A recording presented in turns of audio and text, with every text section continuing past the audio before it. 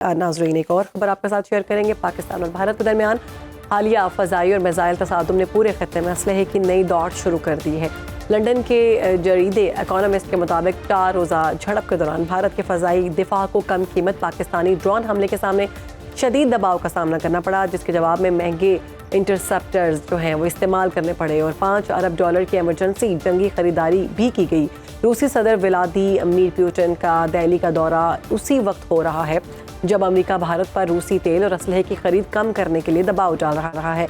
लेकिन मोदी हुकूमत ने रूस से S-500 फ़ज़ाई दिफाई निज़ाम, Su-57 स्टेल्थ तैयारे और नए अस्करी और इक़्तिसादी मुआहदे आगे बढ़ाने का फैसला कर लिया गया है।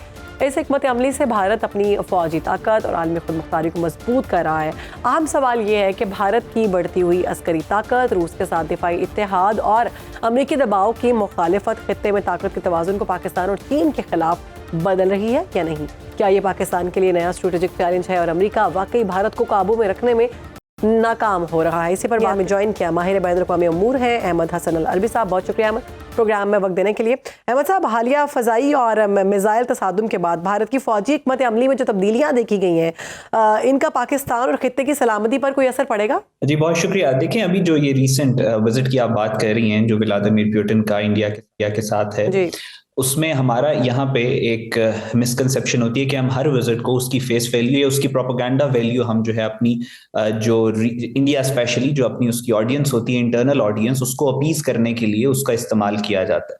हकीकत में अगर व्लादिमीर पुतिन का विजिट हो रहा है इंडिया का, तो उसमें वो डिस्कस क्या कर रहे हैं? रॉयटर्स की रिपोर्ट के मुताबिक उन्होंने बेसिकली जो रशिया ट्रेड कर रहे हैं इंडिया के साथ, उसको मजीद एनहांस करना है। वो ट्रेड क्या है?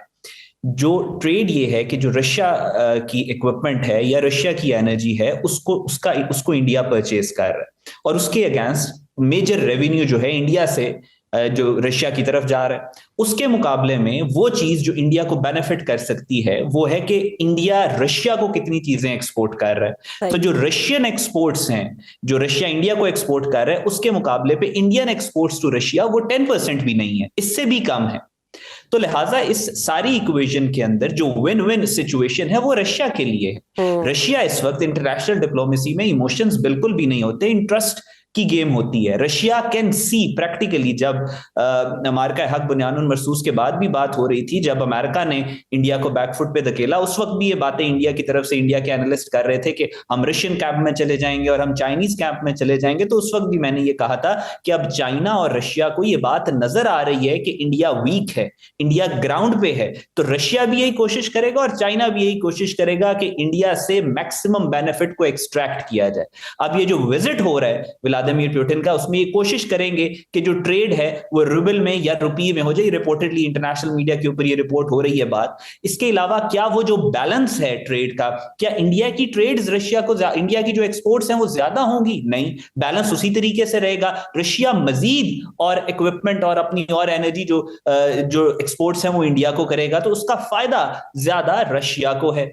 अब दूसरी तरफ इंडिया की आप एग्जांपल ले लें, क्या इंडिया इस वक्त सस्टेन कर सकता है कि रशियन विजिट के बाद जो उसके ऊपर वेस्ट का प्रेशर आएगा, स्पेशली जब आप अपने आप को प्रेजेंट करते रहे हैं पूरी दुनिया के सामने कि आप काउंटर बैलेंस है चाइना के भी, और आप अमेरिका से भी पैसे लेते रहे और अमेरिका से भी आप रिसोर्सेज लेते रहे।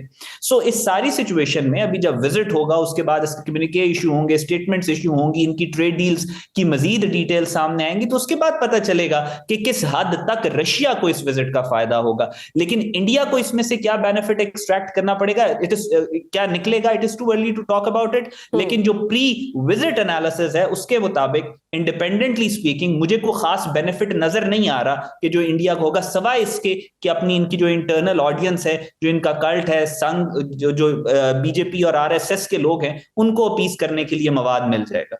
बिल्कुल ठीक है। और मार्का हक में मुकम्मल तौर पर पाकिस्तान से नाकामी और जगहसाई के बाद पूरी दुनिया में देखने के बाद अब ये सारे टैक्टिक्स जो हैं ये भारत की जानिब से किए जा रहे हैं अपने लोगों को बताने के लिए कि हम बहुत बेहतर काम कर रहे हैं और हम दोबारा से असलहा इकट्ठा कर रहे हैं, जबकि पहले भी हमने देखा था अहमद के असलहे के जोर पर ये जो सारी शरारत की गई भारत की जानिब से उसका मुंह तोड़ जवाब मिला।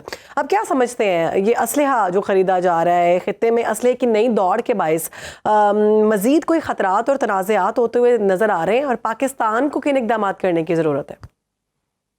जी देखें, इसमें बहुत इंपॉर्टेंट चीजें हैं। अभी आप विजिट से पहले ही, क्योंकि इनकी जो मेन डील है, रशिया की जो मेन इंडस्ट्री है वो वेपन इंडस्ट्री है, और रशिया को इस वक्त जो यूक्रेन की जंग के अंदर रशिया इन्वॉल्व है, उसकी वजह से भी रशिया के ऊपर बहुत ज्यादा इकोनॉमिक और फाइनेंशियल प्रेशर्स हैं। इंडिया हाईली डिपेंडेंट है रशियन एम्युनिशन और रशियन असलहे के ऊपर। और भारत के अंदर आपने देखा कि सबसे ज्यादा इस वक्त जो इनकी इंटरनल रिपोर्ट्स हैं इंडिया की, उसके मुताबिक अगर सबसे बड़ी मेगा स्केल करप्शन कहीं पे हुई है तो वो इनकी वेपन एक्यूजेशन और वेपन इंडस्ट्री और इनका आत्मनिर्भर भारत और इनका तेजास का प्रोजेक्ट और इनकी वेपन प्रोक्योरमेंट पे हुई है। चाहे वो अंबानीज हो, चाहे अडानीज हो, या मोदी के जो फ्रंट मैन है इस वक्त, चाहे इसराइल से असला ले रहे हो, चाहे रशिया से ले रहे हो, चाहे सो इनकी जो इंटरनल करप्शन की नीड्स है इंडिया की, वो भी इसी वेपन प्रोक्योरमेंट से पूरी होती है। दूसरा, इंडिया दुनिया का सबसे बड़ा जो वेपन इंपोर्ट बना पिछले 2 से 3 साल के अंदर, 100 बिलियन। ये अभी जब ये रशियंस भी आ रहे हैं, व्लादिमीर पुतिन का भी विजिट हो रहा है, और उस पर भी जो इंडियन पॉलिटिकल गवर्नमेंट की तरफ से नैरेटिव क्रिएट किया जा रहा है, उससे विद इन इंडिया इनके ऊपर बहुत ज्यादा क्रिटिसिज्म आ रहा है कि हमारे पास खाने के लिए पैसा नहीं है। हंगर इंडेक्स पे इंडिया बहुत तेजी से ऊपर बढ़ रहा है, भूख से मरने वालों की तादाद सबसे ज्यादा भारत में है पूरी दुनिया में। उसके बाद सबसे जो ह्यूमैनिटी के स्टैंडर्ड से सबसे ज्यादा नीचे रहने वाली पॉपुलेशन भारत के अंदर मौजूद है। और फिर हिंदुत्व कल्ट की ये जो वॉर फ्रेंजी और वॉर हिस्टीरिया है, इसके ऊपर बहुत ज्यादा आपका फोकस है। दूसरी बात, इंटरनेशनल जो मीडिया आउटलेट्स हैं, सिप्री की रिपोर्ट है, जो स्टॉकहोम रिसर्च इंस्टीट्यूट है, उसकी रिपोर्ट के मुताबिक जो ये अग्रीमेंट हो भी रहा है, इस पे भी बहुत ज्यादा जो है वो क्वेश्चंस किए जा रहे हैं कि क्या ये फुलफिल हो सकेगा, क्या ये असलहा इंडिया वाकई में प्रोक्योर कर सकेगा। क्योंकि इंडिया की डिमांड ये है कि मुझे असलहा बहुत जल्दी चाहिए। आपने देखा इसराइल से भी जब इन्होंने बुनियानुल मरसूस मार का हक के बाद जब ड्रोन्स लिए, तो इन्होंने कहा कि हमें 2 से 3 महीने के अंदर अंदर ड्रोन्स चाहिए। लेकिन क्या रशिया, क्योंकि ऑलरेडी इंगेज्ड है मल्टीपल फ्रंट्स के ऊपर, और वो बहुत स्ट्रेटेजिकली और ब्रिलियंटली अपनी फॉरेन पॉलिसी को लेके चल रहे हैं, तो उनके लिए इंडिया की डिमांड्स के ऊपर उनको असला सप्लाई नहीं किया जाएगा। वो रशिया की डिमांड के ऊपर ही सप्लाई करेगा जब रशिया फिजिबल फील करेगा कि वो इंडिया को एक्सपोर्ट करे। हाँ, लेकिन एग्रीमेंट अभी हो सकते हैं। ठीक। अहमद, अब आलमी ताकतें इस पर क्या किरदार अदा करेंगी, जैसे अमेरिका, रूस और चीन, ये सारी सूरत हाल में आप क्या समझते हैं, मुतवाजन रहेंगी या दीगर किरदार भी अदा कर सकती हैं ताकि खत्ते में अमन कायम रहे और कशीदगी जो है वो किसी सूरत भी ना बढ़े? देखिए, बिल्कुल ऐसे ही है। आई थिंक इस पे जो ये मुलाकात होगी और उसके बाद जितना, क्योंकि एक ये इस पे आप रशिया का अगर उठा के देखें तो रशिया के जो न्यूज आउटलेट्स हैं या उनकी जो सोर्सेज हैं, उनमें से ज्यादा वो ट्रेड की बात कर रहे हैं, ज्यादा वो एनर्जी जो है उसकी सप्लाई की बात कर रहे हैं, वो करेंसी जो है रूबल और रुपी की बात कर रहे हैं। लेकिन भारत की अगर आप आउटलेट्स निकाल के देखें तो वो ज्यादा जो फ्रेंजी बिल्ड करने की कोशिश कर रहे हैं because of their own internal needs, वो असलहे की बात कर रहे हैं। तो जाहिर है इसके ऊपर बहुत बैकलैश आएगा उन्हें पूरी दुनिया की तरफ से। इवन चाइना जो है वो रशिया का एलाय है, और उसके सारी जो ग्लोबल जियोपॉलिटिकल इक्वेशन है उसकी अंडरस्टैंडिंग रशिया के साथ बहुत अच्छी है। लेकिन इस तरह का जो ऐसी चीज जो खित्ते को टर्मोइल पे डाले, टर्मोइल लेके आए खित्ते के अंदर, और इस तरह की जो हाइपर जिंगोइस्टिक वॉर हिस्टीरिया है, उसको कोई भी रीजनेबल और रिस्पॉन्सिबल कंट्री जो है वो सपोर्ट नहीं करेगी।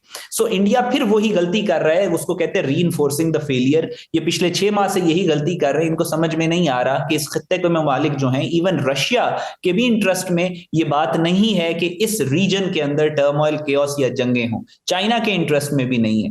तो ये दोनों ममालिक की तो आपके पास एक क्लियर इंडिकेशन है कि ये किस तरीके से इसको लेंगे। दूसरी बात, अगर आप अमेरिका की करें तो अमेरिका और रशिया के जो रिलेशंस है, जाहिर है रशिया और अमेरिका के, अब आपने देखा जब Donald Trump, Narendra Modi China गए हैं तो डोनाल्ड ट्रंप का क्या रिएक्शन था। तो आप सोचें कि जब व्लादिमीर। बिल्कुल ठीक है। हमारे साथ मौजूद है माहिर बैनुल अक़वामी अमूर अहमद हबीब, और सारे मामले पर गुफ्तगू कर रहे थे। बहुत शुक्रिया उनका।